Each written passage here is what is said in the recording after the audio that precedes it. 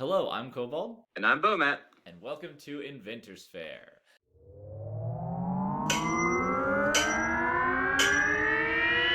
Haha!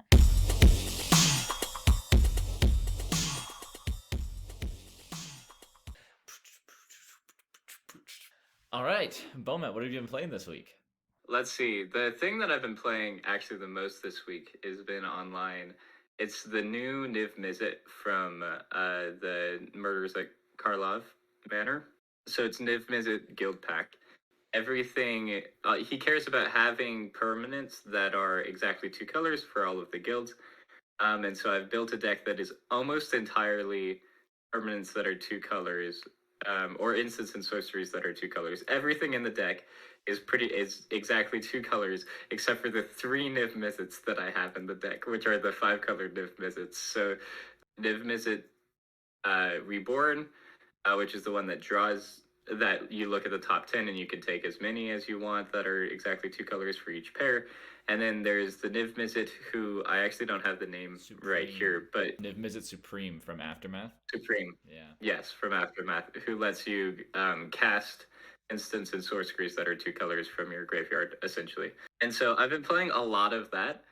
So fun. I love playing Niv Mizzet Reborn and like drawing like 6 cards. That's super fun.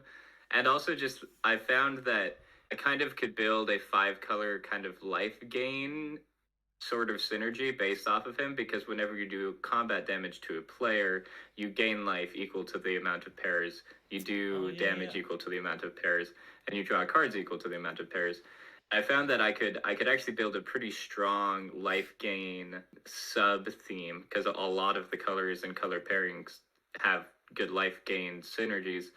And so it's kind of a life gain focused deck, but it really is about having all of the different colors and getting benefit off of that. So that's been super fun. It has been surprisingly good. I wasn't sure that I was going to win a lot playing it, but it actually has ended up being pretty powerful. Nice, very cool. What have you been playing?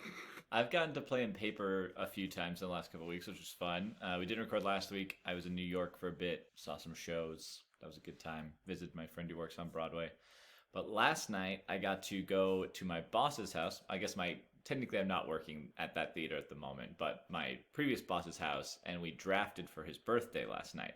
So he is a huge fan of Phyrexia All Will Be One. That's what got him and his husband into the game. And so they bought a draft box of Phyrexia All Will Be One, and then we drafted it last night. There's 5 of us, and it was really fun. I drafted a really, really aggressive toxic proliferate deck. It was blue, black. I had the advantage of being the only person there who had drafted before. So I was like teaching them how to do it. So I've been playing that set a decent amount since I've been playing. Since I went to this pre-release, I've done it on Arena a couple times. But my boss had done it probably more than I had drafted it more than I had, because he's played it on Arena a bunch of times and stuff. But I knew what cards were like good, and I wasn't just picking rares and stuff. In fact, I didn't end up with a single rare in my deck. I ended up with 3 rares. At one point, I opened a pack that had a rare and then a mythic foil, and neither of them were in the colors I could use. I passed a Phyrexian Elish Norn, Mother of Machines, like the Panharmonicon. Yeah. And anyway, that was like my 3rd pack. I opened it up and that was the rare. But the point is, my deck was great. I won. I think I ended up winning the most games, but because we were doing 5 people and we had kind of a weird single elimination bracket because of our time constraint, I ended up losing the end of it. I played against the other guy who had won the most games, and so he ended up beating me. And he had never drafted before, and he had played like the least Magic of everybody there. But he was sitting next to me in the draft, and so he kept checking in with me. And early on, I was like, if you're in doubt, low mana cost creatures, and a lot of them is kind of the way to go. I was like, if you want to pick up 1 and 2 drop creatures and just kill everybody with little damage, you'll probably stand a good chance. So he drafted a red blue oil counters deck, and ended up running over a lot of people with Phyrexian goblins. And so then he ended up killing me. I didn't quite have the blockers, but I got him up to 7 poison counters. Everybody else, I think I won 5 games. Every single person I beat died to poison. Yeah. It was wild. I proliferated so many times. I had all those cards that like player gets a poison counter. You draw a card. Person sacrifices a creature. They get a poison counter. It was really mean. Yeah. I have never beat that many people with poison ever, and it was fun. Yeah, I really liked that blue-black poison deck when I drafted it a couple times on Arena, and 2 of the 3 times I think that I drafted, I ended up with a blue-black kind of proliferate poison deck. It was good. It's a good deck. It's fun. So this week we are designing Ravnican dual-colored legends. Yes. And so yours is... I ended up rolling blue-red, which is one of my right. favorite color combinations, so I was super happy about that. That's yeah, right. I knew we had a color in common. I thought it was the other color. I forgot it was red. No. In common. I thought you had Selesnya for some reason, but no, that was for call time. That was for call time, yeah. So so I have blue and red, which is is it League? Super excited about that. I looked at some of my commanders and I was like, most of these are not commanders that you feel like you have to kill immediately. So I was like, I think I'm going to make a commander who maybe that feels a little more like a problem. And so I decided we'll start with the mana cost. Going to be 8 red blue. I have 2 methods of discounting it that I'm trying to decide between, and I'd like to get your opinion on as to what is better. But essentially, there is a method of discounting it. Either you exile instants and sorceries from your graveyard to help pay for the mana cost, something akin to like Delve, or maybe it counts for 2 of the mana cost, kind of like what happens when you play Summon the Blood Avatar and you sacrifice things. Yeah. Or maybe it counts the most expensive spell you've cast that turn, so the highest mana value among instants and sorceries you spell that you've cast that turn, it discounts off of his. So you still have to have a lot of mana to cast him, but if you're casting instants and sorceries anyway, you kind of get a discount on him. So what does he do for all of this mana? Whenever you cast an instant or sorcery spell, discard your hand. You may exile any number of instants and sorcery spells discarded this way and cast them without paying their mana costs. And spells cast this way go into your exile instead of your graveyard. So you can't just keep recycling them. But essentially, you're constantly discarding. Anytime you cast an instance or sorcery spell, you get rid of all of the cards in your hand, but you can cast all of the instants and sorceries in your hand. So it's like a surge of magical energy. It's like a weird that has like just been growing and growing. And so it just like feeds on this magical energy. It just outputs it. There isn't any control over like what you're doing at what time, because you have to get rid of all of your spells. But that's really powerful because you can put, really powerful instants and sorceries in there, but you don't necessarily control as well when to cast them. So that's kind of my idea. Gotcha. So yeah, that is definitely a problem. Yes. Yeah. So I was thinking when you were talking about discounting, I was like, oh, well, maybe you could do equal to the highest mana value among instant sorcerers in your graveyard. But if this commander lets you discard your hand, recasting it will be very easy after you discard, Apex of Power or something. Okay, so I do like the idea of it being discounted based off what you've already cast, because then it's harder to cast a big spell, cast your commander, and then cast another spell to get the effect all in one turn. I wonder if it would be too powerful for it to be discounted equal to the mana cost of all instants and sorcerers you cast for that turn, because you're still going to end up, you'll end up spending the same amount of mana if you're casting a big spell or a little spell. So here's kind of my thought. I think if you exile him from the graveyard, that in a lot of cases that's a worse choice. That's a more powerful choice. Yeah. I think with him it's kind of a less powerful choice because you're exiling all of the spells you cast based off it that you cast using his ability. Mm-hmm. So you aren't necessarily filling your graveyard with instants and sorceries with this commander. You're actually a lot of them end up getting exiled as you use them. Yeah. So you kind of have to cast things not using his ability to be able to cast him again. Yeah, that's also true. So, do you think it costs X less to cast, where X is the highest mana value among instants and sorceries you've cast this turn, or the highest mana value amongst instants and sorceries in your graveyard? I think you exile it, kind of like a delve effect. Oh, okay. I think. You're saying exile from your graveyard.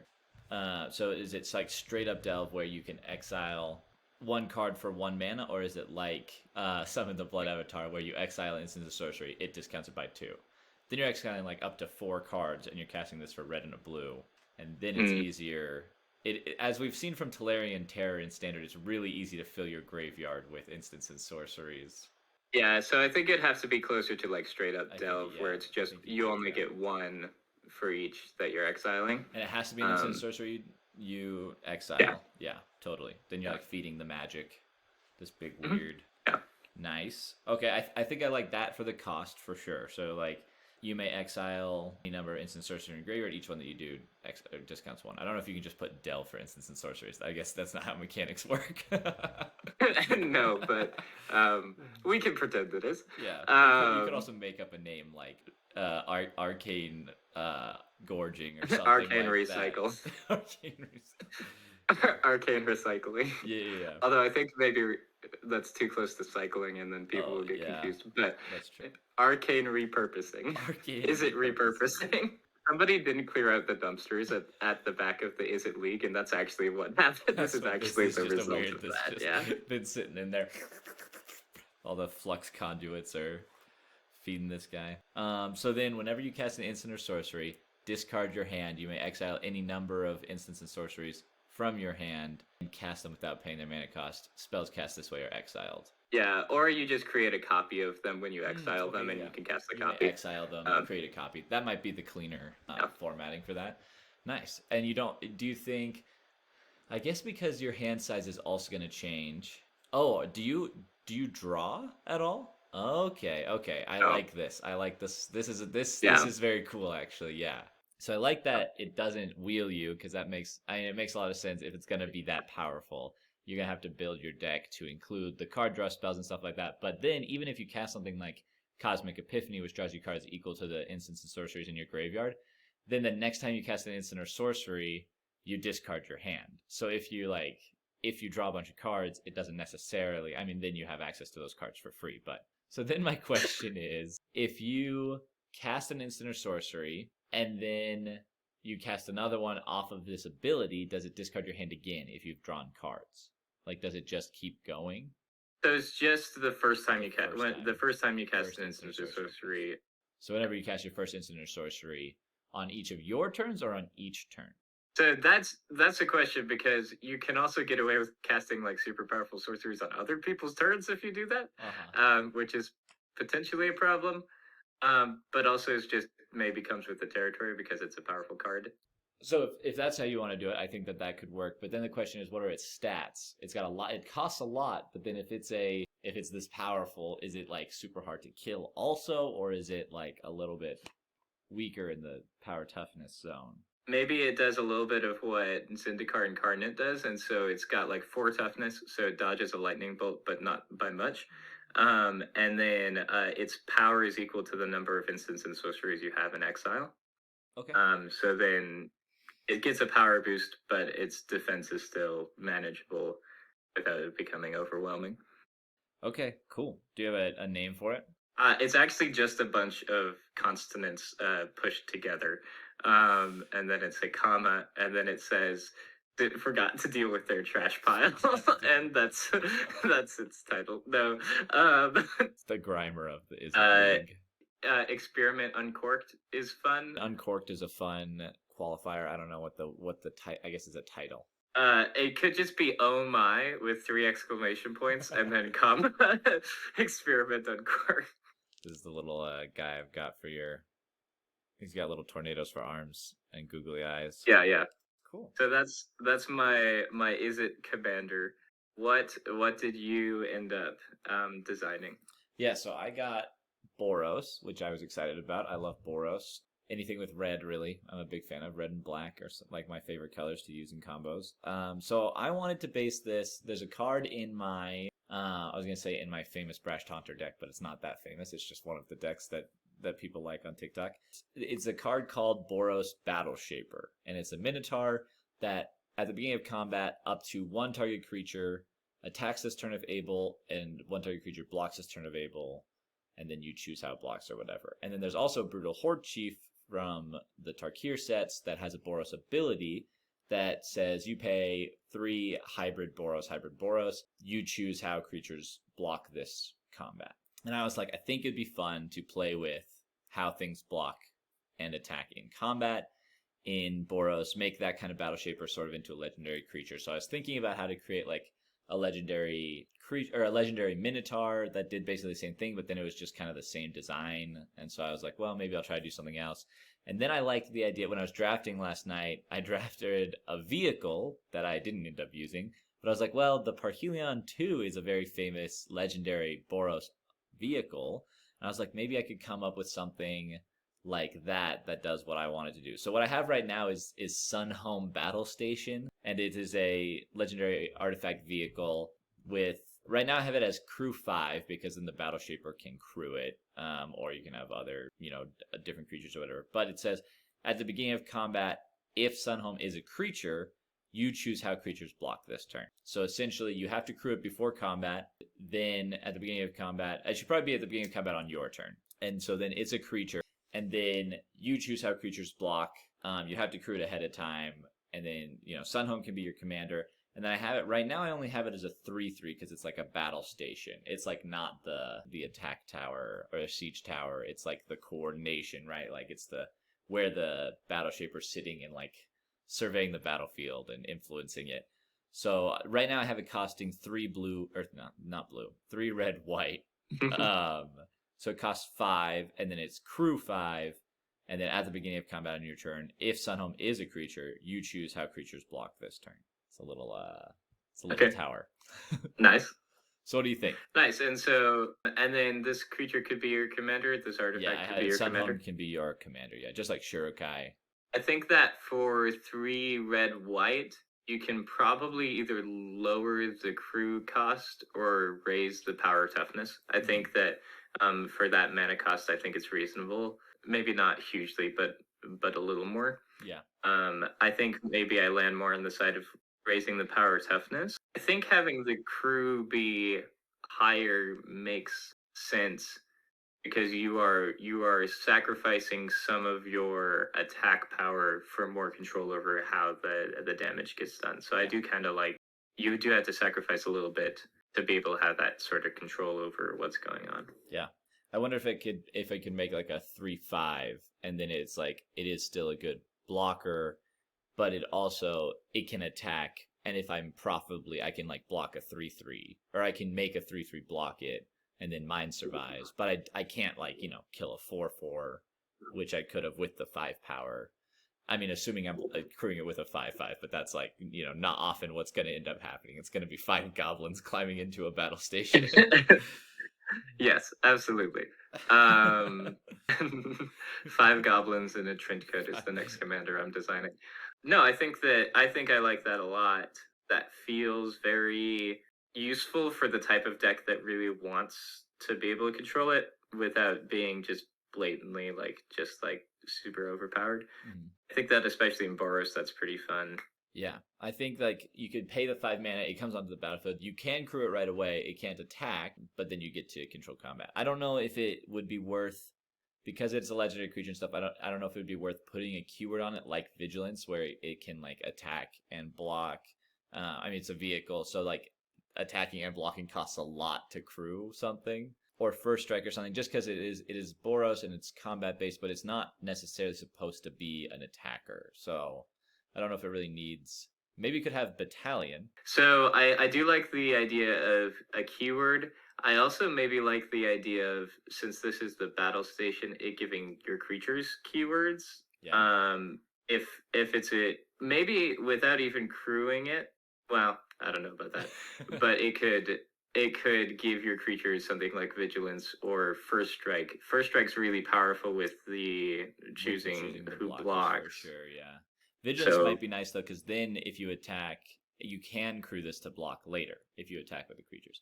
I do like the idea of it having a static effect even when it's not a creature, because otherwise you're paying at least 5 mana into it and it doesn't do anything unless you can. So it might be worth saying creatures you control have Vigilance. That doesn't feel too overpowered because it doesn't boost your creatures. It doesn't give them First Strike. It doesn't make their combat inherently better. It just makes, your defending better, essentially.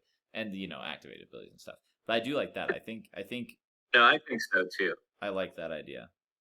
I like the idea. I think this is not the right way to go with it, but I like the idea of making it so that all of your creatures get first strike and you get to choose how they block. Is like the worst nightmare of everybody who's ever been blocking.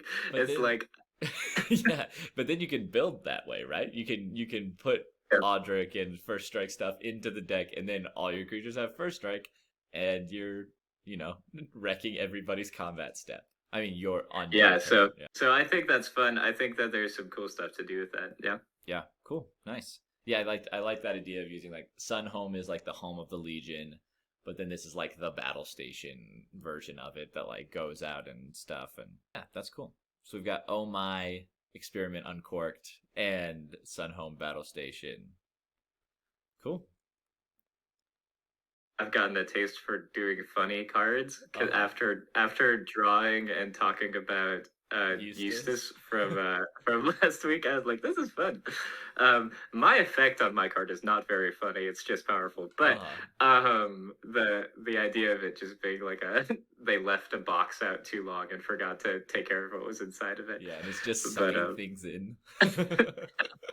Yeah, it's just like there's a crate in the back alley that like everything they throw out the door just automatically gets like sucked into it. It was like Kevin's job to clean it out, and Kevin's been on vacation for 2 weeks, and nobody remembered that was one of his jobs, and so that was just. Oh, man, yeah. Kevin got stuck in the Outlands and can't get past the Gruul barricades, and he's like, man, that alley is really filling up." This is It's like you wake up and you realize that you left the oven on like the entire time you were gone. Yikes. Oh, no. Nice, cool. All right, well, that was a lot of fun. I think I'm excited to see these ones mocked up and get the episodes edited. Mm-hmm. But yeah, thanks for recording with me. Absolutely, that was super fun. And if you viewers have any suggestions on things for us to design or things you'd like to see or hear us talk about, let us know in the comments. And go follow my TikTok and Bomat's Spotify, and subscribe to the YouTube channel. Leave a like. Comment, please. Please. All right, we'll see ya. Yeah. Yeah, cool. Nice.